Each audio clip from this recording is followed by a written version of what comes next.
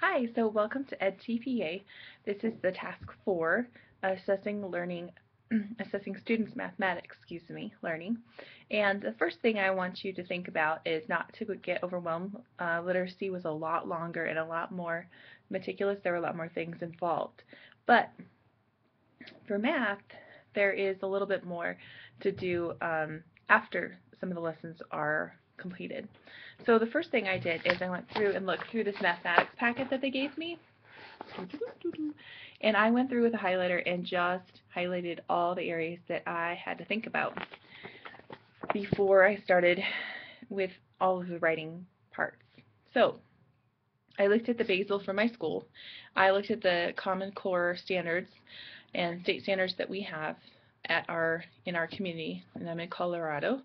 So I looked at all those things first, and then I looked at what my teacher had available for the unit I was going to teach, and then talked to this person about what strategies they used before that were interactive, because edTPA wants to see you very active with the kids and have them involved in the lesson itself, not just a lecture as teachers sometimes do.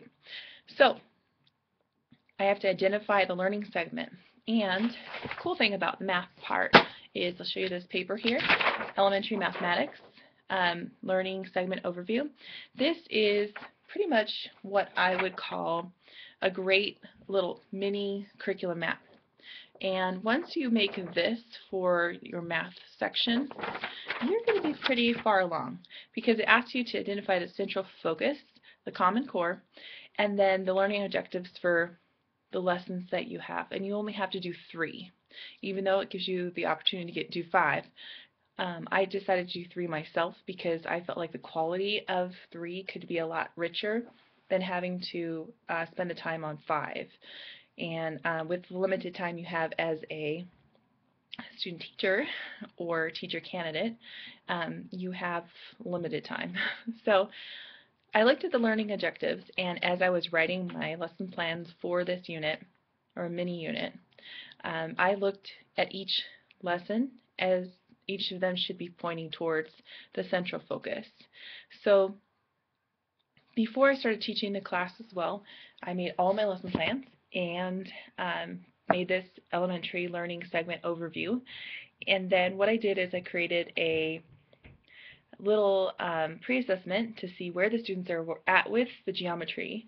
And then also I decided to follow the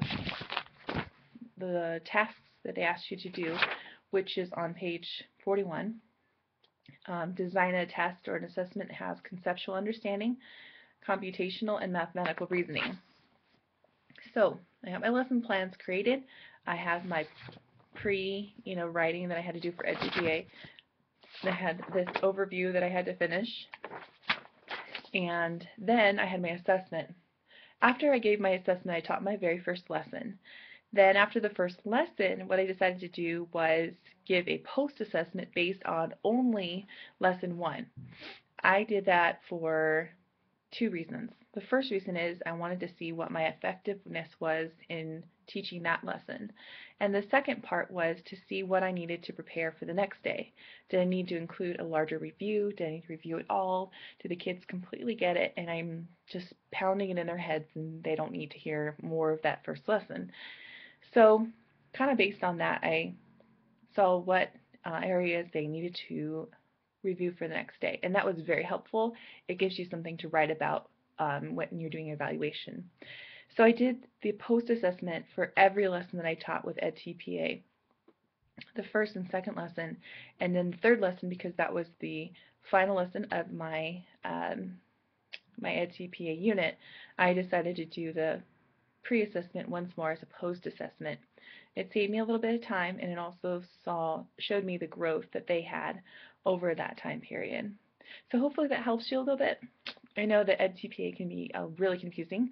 I'll come back and talk more about there'll be a part 2 for math, and we'll talk more into detail about how to complete the graphs and whatnot that you have to do at the end to show that you analyze the students' learning. Okay, thank you. Bye.